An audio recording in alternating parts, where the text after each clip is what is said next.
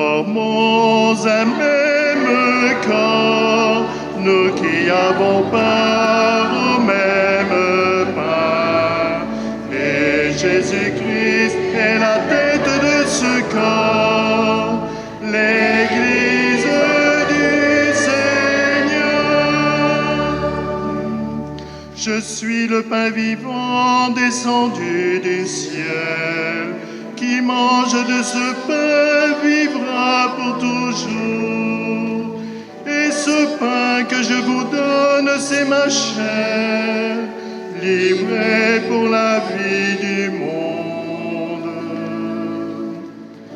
Nous formons un même corps, nous qui avons part au même pain. Et Jésus-Christ est la tête de ce corps, l'Église du Seigneur. Il n'y a qu'un seul corps et un seul esprit. De même que notre vocation nous appelle à une même espérance. Un seul Seigneur, une seule foi, un seul baptême, un seul Dieu et Père qui agit et demeure en tous. Nous formons un même corps, nous qui avons part au même pain. Et Jésus-Christ est la tête de ce corps, l'Église du Seigneur.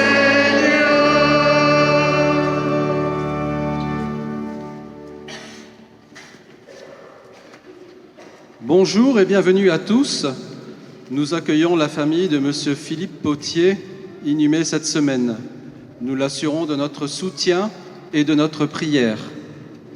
Les textes de ce jour nous rappellent que Dieu s'engage en toute liberté et suscite en réponse un engagement pris aussi en toute liberté.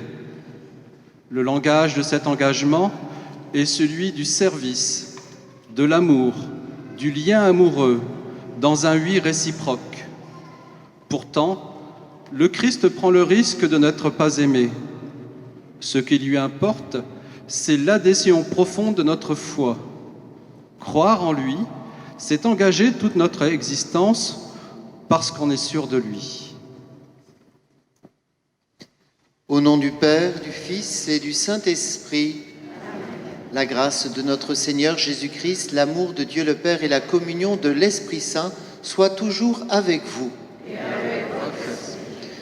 Heureux d'accueillir ceux qui viennent, qui passent dans la cathédrale de différents coins de France. Et nous sommes aussi heureux d'accueillir un groupe de pèlerins de Bruges qui vivent un beau pèlerinage, puisqu'ils commencent auprès de la cathédrale Notre-Dame. Ils passeront à Moule à la tombe du Père Bélanger, et puis ensuite ils se rendront à Vierre-et-Froid pour intercéder auprès de Sainte Godelaine. Eh bien, puissions-nous nous appuyer sur votre prière et nous assurons ces pèlerins de la nôtre.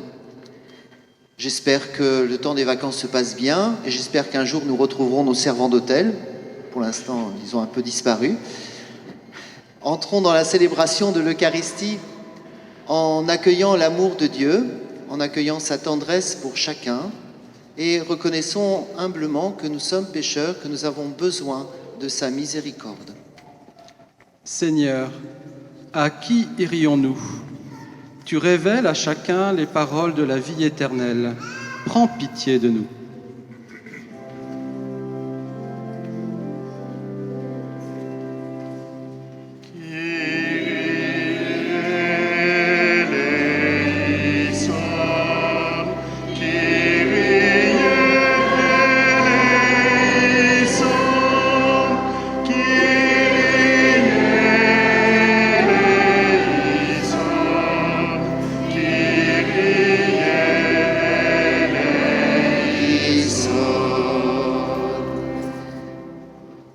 Ô Christ, nous reconnaissons aujourd'hui que tu es le Saint de Dieu qui nous sauve. Prends pitié de nous. Kyrie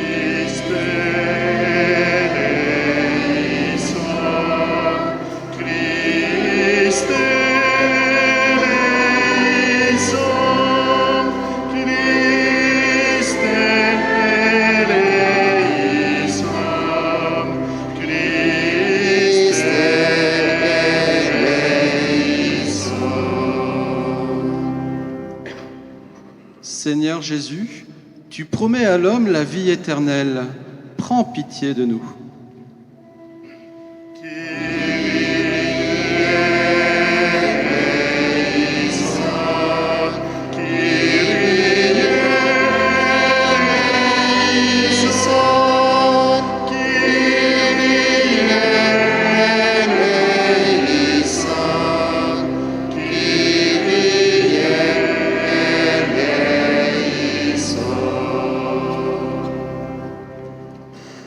Que Dieu Tout-Puissant nous fasse miséricorde, qui nous pardonne nos péchés, nous conduise à la vie éternelle.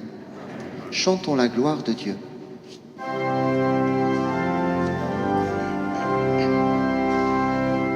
Gloire à Dieu, gloire à Dieu, au plus haut des cieux.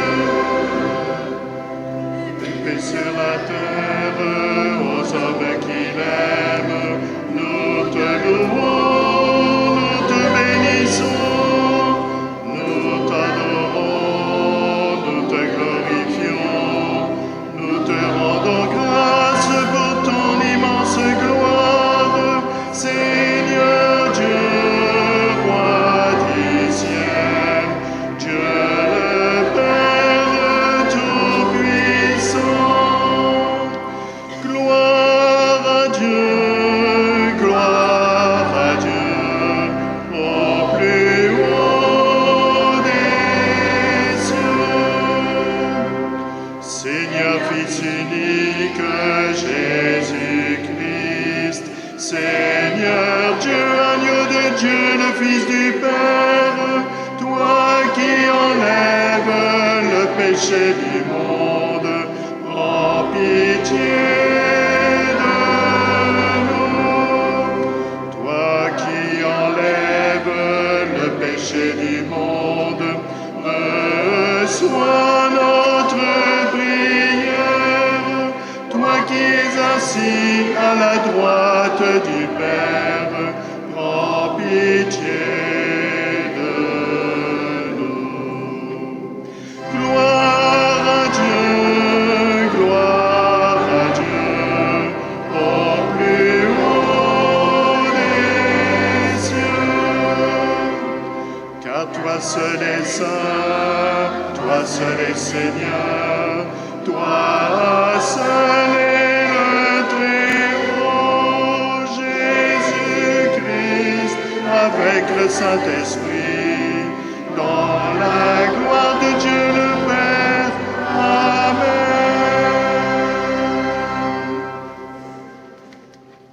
Prions le Seigneur. Dieu qui peut mettre au cœur de tes fidèles un unique désir, donne à ton peuple d'aimer ce que tu commandes et d'attendre ce que tu promets, pour qu'au milieu des changements de ce monde, nos cœurs s'établissent fermement là où se trouvent les vrais choix.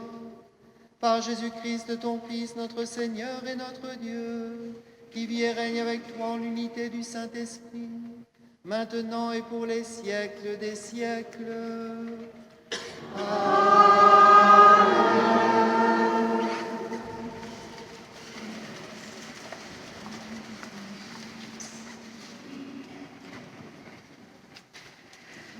Maintenant, installées en terre promise, les tribus d'Israël sont réunies par Josué, qui leur demande de se prononcer sur leur attachement au Seigneur. Écoutons cette belle profession de foi. Lecture du livre de Josué. En ces jours-là, Josué réunit toutes les tribus d'Israël à Sichem. Puis il appela les anciens d'Israël, avec les chefs, les juges et les scribes. Ils se présentèrent devant Dieu. Josué dit alors à tout le peuple: « S'il ne vous plaît pas de servir le Seigneur, choisissez aujourd'hui qui vous voulez servir. Les dieux que vos pères servaient au-delà de l'Euphrate, ou les dieux des Amorites dont vous habitez le pays. Moi et les miens, nous voulons servir le Seigneur. » Le peuple répondit: « Plutôt mourir que d'abandonner le Seigneur. pour servir d'autres dieux. C'est le Seigneur notre Dieu qui nous a fait monter, nous et nos pères, du pays d'Égypte, cette maison d'esclavage. C'est lui qui, sous nos yeux, a accompli tous ces signes et nous a protégés tout le long du chemin que nous avons parcouru, chez tous les peuples au milieu desquels nous sommes passés. Nous aussi, nous voulons servir le Seigneur, car c'est lui notre Dieu. Parole du Seigneur.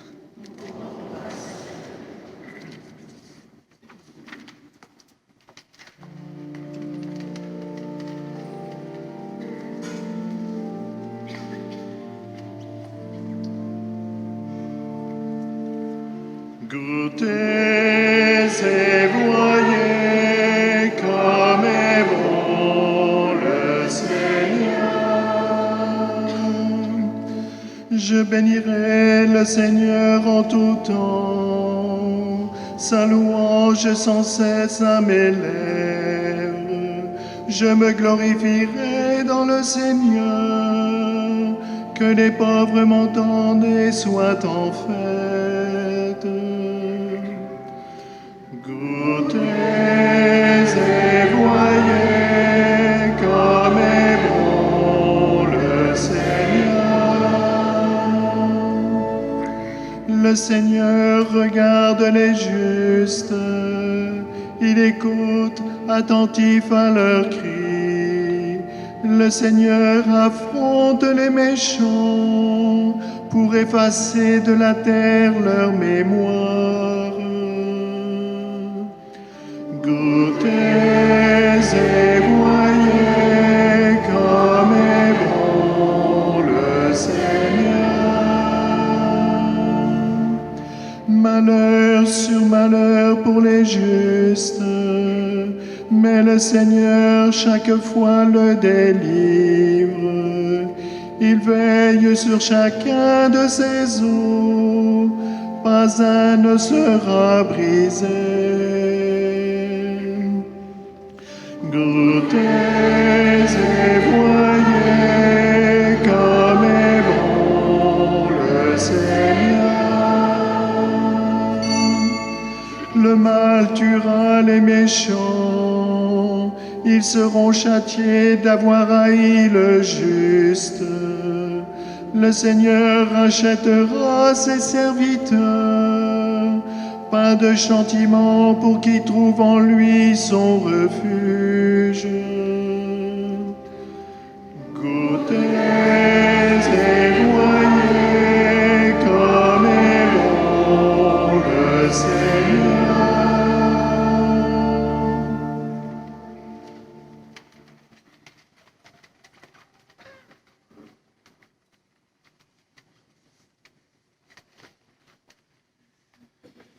Saint Paul compare l'amour conjugal à celui du Christ pour l'Église.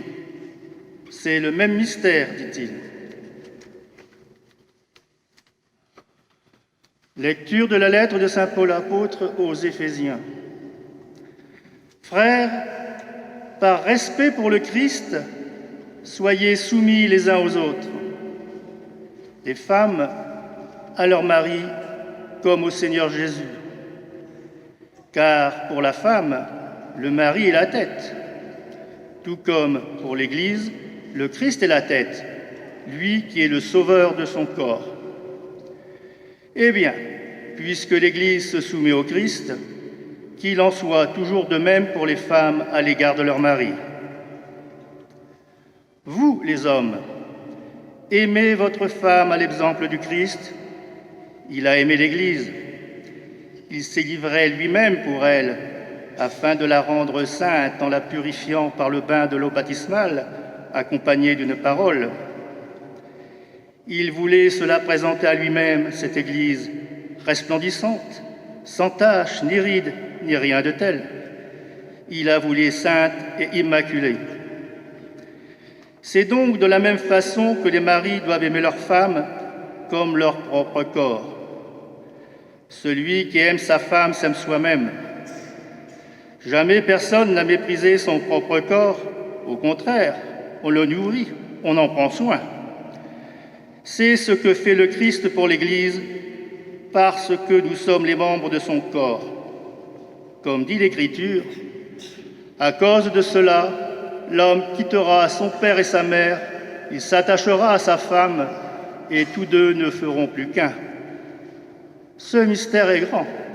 Je le dis en référence au Christ et à l'Église. Parole du Seigneur.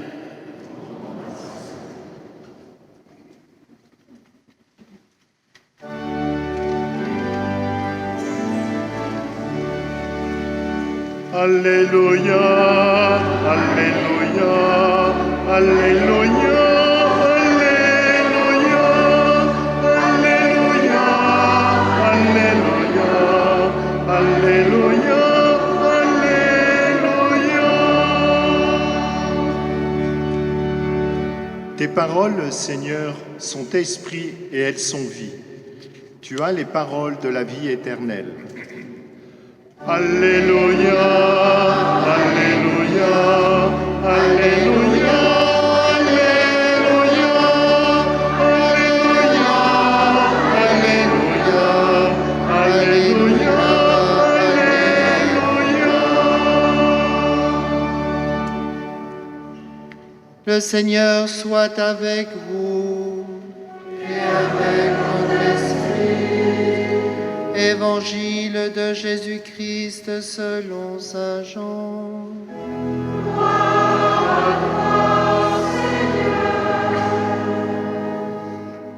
En ce temps-là, Jésus avait donné un enseignement dans la synagogue de Capharnaüm. Beaucoup de ses disciples qui avaient entendu déclarèrent « Cette parole est rude, qui peut l'entendre ?» Jésus savait en lui-même que ses disciples récriminaient à son sujet. Il leur dit « Cela vous scandalise ? Et quand vous verrez le Fils de l'homme monter là où il était auparavant ? C'est l'Esprit qui fait vivre, la chair n'est capable de rien. Les paroles que je vous ai dites sont esprit et elles sont vie. Mais il y en a parmi vous qui ne croient pas. » Jésus savait en effet depuis le commencement quels étaient ceux qui ne croyaient pas et qui était celui qui le livrerait. Il ajouta « Voilà pourquoi je vous ai dit que personne ne peut venir à moi si cela ne lui est pas donné par le Père. » À partir de ce moment, beaucoup de ses disciples s'en retournèrent et cessèrent de l'accompagner. Alors Jésus dit aux 12, « Voulez-vous partir, vous aussi ?» Simon-Pierre lui répondit, « Seigneur, à qui irions-nous ? Tu as les paroles de la vie éternelle. Quant à nous, nous croyons et nous savons que tu es le Saint de Dieu. » Acclamons la parole de Dieu.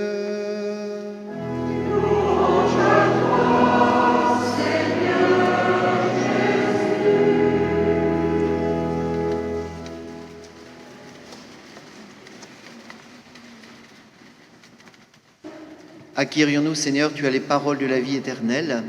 Il y a comme un grand appel, un grand projet pour les disciples et une sorte de grand cadeau que nous fait Jésus. Dans la première lecture, c'est le moment où le peuple est présent en terre promise. Et voilà que Josué les place devant le choix. Ils sont entourés des différentes religions, des différents cultes autour de la terre de Canaan, et il leur propose de choisir. Est-ce que vous voulez choisir le Seigneur ou est-ce que vous voulez vous tourner vers les idoles ? Et finalement, leur réponse, nous avons à la reprendre pour nous, nous avons à garder dans notre cœur. Ils disent plutôt mourir que d'abandonner le Seigneur pour servir d'autres dieux. Alors leur raison, c'est le Seigneur notre Dieu qui nous a fait monter, nous et nos pères, du pays d'Égypte, cette maison d'esclavage. C'est lui qui, sous nos yeux, accomplit tous ces signes et nous a protégés. Alors, ce qui fonde l'attachement des disciples de ce peuple, ce qui fonde son attachement, c'est d'avoir vu les œuvres du Seigneur. C'est de s'appuyer sur l'expérience qu'ils ont faite du Seigneur. Donc on l'a déjà dit, évoqué à plusieurs reprises, mais je crois que c'est très important de pouvoir se dire, mais quels sont les cadeaux que j'ai reçus du Seigneur? Et si j'ai un choix à poser aujourd'hui, c'est la question que je vais vous poser à la fin, que nous puissions déjà évoquer ce que nous avons reçu. Alors, je prends un exemple à travers cette cathédrale qui est ici, dans laquelle nous sommes présents. Eh bien, il y a des pierres qui sont le témoignage de la foi de ceux qui nous ont précédés, comme un témoignage de leur adhésion au Christ par l'Église. Et ils ont donné de leur temps, leur argent, de leur énergie pour construire cette Église. C'est notre héritage. Alors voilà, ça c'est l'héritage.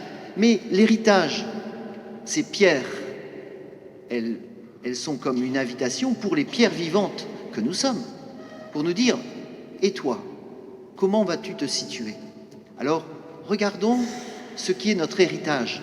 Là, je parle de l'héritage culturel, mais regardons notre héritage familial. Regardons d'où nous venons, ce qui nous a constitués. Alors, bien sûr, il peut y avoir, et il y a dans tout héritage, des choses belles et des choses moins belles, mais et si on regardait au cœur de cette Eucharistie tous les trésors que nous avons reçus? Et c'est d'une certaine manière l'invitation du psaume qui nous dit « Mais goûtez et voyez comme le Seigneur est bon.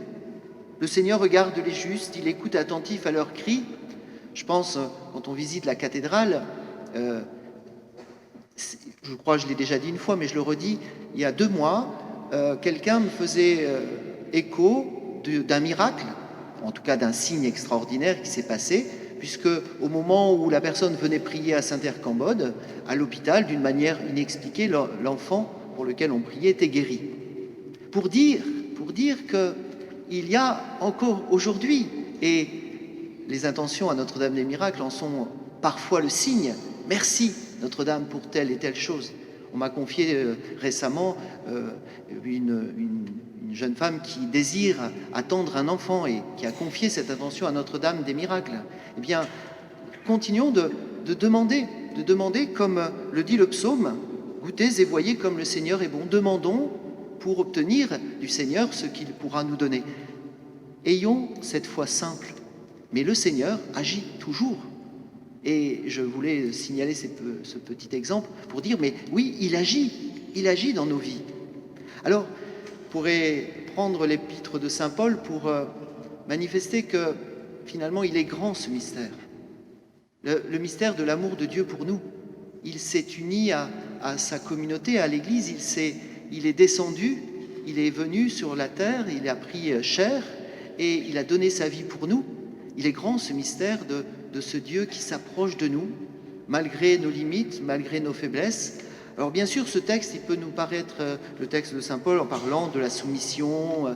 Mais en fait, la soumission, dans le terme de Paul, c'est plutôt faire confiance. Et ce qui est dit de la femme vis-à-vis de l'homme peut être interverti de l'homme vis-à-vis de la femme. Donc, ce qui me semble très important, c'est qu'il y a un mystère de confiance. Il y a un mystère d'abandon réciproque. Et quand on a la joie en cette cathédrale de célébrer des mariages, il y a la beauté de cet amour humain qui évoque la grandeur, la beauté de l'amour de Dieu pour chacun d'entre nous. Cette condescendance de Dieu, cette miséricorde de Dieu qui vient et qui nous rejoint à travers les guérisons, mais à travers son amour, à travers le soutien qu'il nous apporte, à travers la force qu'il nous donne. Alors il est grand ce mystère. Mais nous pourrions évoquer nos fragilités, parce que c'est bien, oui, nous avons l'héritage, nous avons les forces sur lesquelles nous pouvons nous appuyer, nous avons ce grand mystère de l'amour de Dieu pour nous, mais nous expérimentons nos faiblesses. Quand Pierre va répondre, « Seigneur, à qui irions-nous? Tu as les paroles de la vie éternelle. » Ce même Pierre, quelque temps plus tard, reniera Jésus. Ce même Pierre, eh bien, il aura peur. À qui irions-nous? Tu as les paroles de la vie éternelle. Et il s'enfuit, il va quitter. Et je pense que si nous entendons cette parole de Pierre, et c'est sur laquelle nous nous appuyons, c'est aussi pour dire, mais ne nous inquiétons pas de nos fragilités. Ne nous culpabilisons pas et n'arrêtons pas notre chemin parce que nous sommes petits et pauvres. Ce n'est pas le désir de Dieu. Dieu ne se fatigue jamais de faire miséricorde, de pardonner. Et ne nous arrêtons jamais sur cette faiblesse comme de quoi arrêter le chemin et la marche. Notre fragilité, notre faiblesse, c'est notre vie. Mais Dieu ne s'est pas arrêté à cette faiblesse. Il veut nous soutenir, il veut nous aider. À qui irions-nous? Tu as les paroles de la vie éternelle. Va, ne pêche plus. Personne ne t'a condamné, moi non plus. Je te pardonne de tes péchés. Et pour bien voir que le Fils de l'homme a le pouvoir de pardonner les péchés, je te leur donne. Lève-toi, prends ton grand encart et marche. Les paroles de Jésus sont des paroles de vie qui nous mettent debout. Alors voyez, simplement, dans ce choix, à qui irions-nous? Tu as les paroles de la vie éternelle. Jésus nous pose précédemment la question, mais voulez-vous partir vous aussi en positif? Est-ce que vous voulez me suivre? Est-ce que vous voulez continuer de me suivre? Alors nous pourrions reprendre tout simplement ce chemin en disant, mais Seigneur, nous avons fait l'expérience à travers notre vie que toi tu ne nous as jamais abandonnés. Nous avons fait l'expérience de ton amour. Nous avons fait l'expérience que tu ne cesses aujourd'hui d'aider les hommes et les femmes, même si ce n'est pas toujours de la manière dont nous l'imaginons. Mais Seigneur, sachant notre faiblesse, tu ne t'arrêtes pas à cette faiblesse. Et tu veux me relever, tu veux me prendre et me permettre de te suivre. Alors, il y a une petite chose que le Seigneur demande de notre part, c'est la confiance. Lui faire confiance. Dire, mais il est ton soutien, il est ton roc. Si toi tu es faible, lui il est fort, il est fidèle. Appuie-toi sur le Seigneur. Et j'aimerais vous donner un tout petit conseil, tout petit. C'est que nous, parfois, nous avons de beaux projets, et puis nous tombons. Choisissez. Je le dis, je l'ai déjà redit, mais choisissez un tout petit geste concret, une toute petite chose qui peut se réaliser chaque jour, une bonne action quotidienne, un temps de prière, un Je vous salue Marie chaque jour, quelque chose de simple, quelque chose d'humble, où vous pouvez dire au Seigneur, c'est petit chez moi, mais je veux te donner mon cœur et je fais mon petit possible pour te suivre. Alors, chers frères et sœurs, ne négligeons pas la charité fraternelle. Il y a peut-être, avec la rentrée qui arrive, des appels qui vous seront faits. Eh bien, n'hésitez pas à répondre généreusement dans ces petites choses de la vie de tous les jours, afin que puisse se réaliser ce beau mystère. Il est grand, ce mystère, de l'union de Dieu et de l'Église, de Dieu et de l'humanité. Alors que nous puissions ne pas avoir peur de nos fragilités, parce que le Seigneur est notre Dieu, il nous soutient. Et il nous donne cette grâce. Alors, de notre côté, engageons-nous à faire notre petit possible pour rejoindre l'amour de Dieu.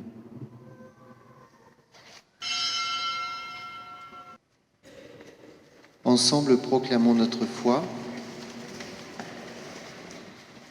Je crois en Dieu, le Père Tout-Puissant, Créateur du ciel et de la terre, et en Jésus-Christ, son Fils unique, notre Seigneur, qui a été conçu du Saint-Esprit, est né de la Vierge Marie, a souffert sous Ponce Pilate, a été crucifié, est mort, a été enseveli, est descendu aux enfers, le troisième jour est ressuscité des morts, est monté aux cieux, est assis à la droite de Dieu le Père Tout-Puissant, d'où il viendra juger les vivants et les morts.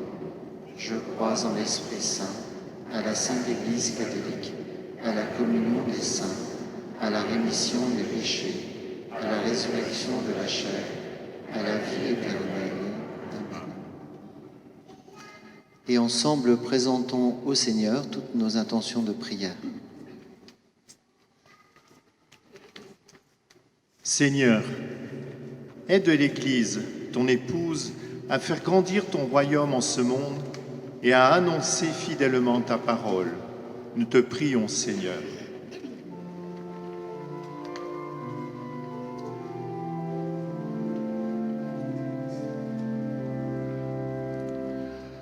Toi qui nous aimes, écoute-nous,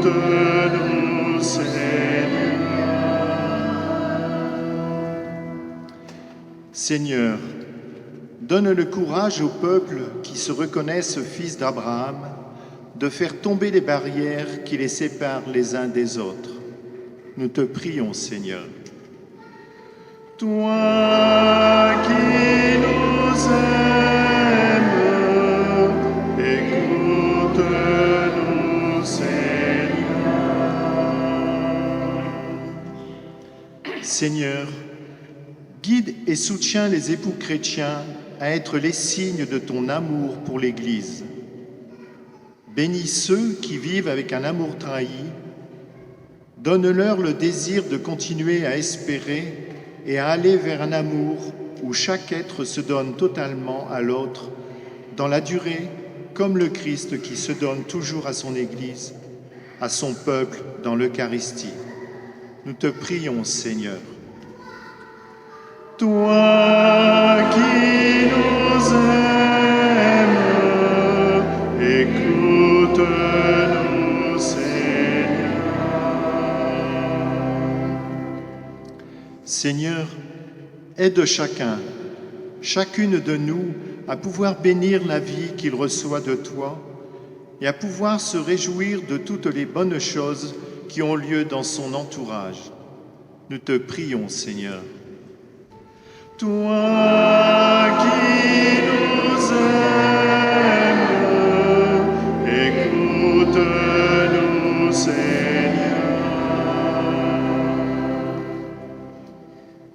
Seigneur, nous te confions ces intentions exprimées et toutes celles que nous portons en nos cœurs, pour nous-mêmes, pour nos proches, nos amis, pour le monde.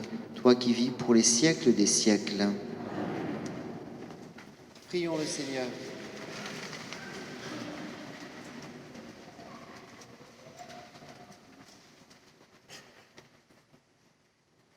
Que ta miséricorde, Seigneur, agisse en nous et nous guérisse entièrement. Transforme-nous par ta grâce et rends-nous si généreux que nous puissions te plaire en toutes choses. Par Jésus, le Christ, notre Seigneur. Amen.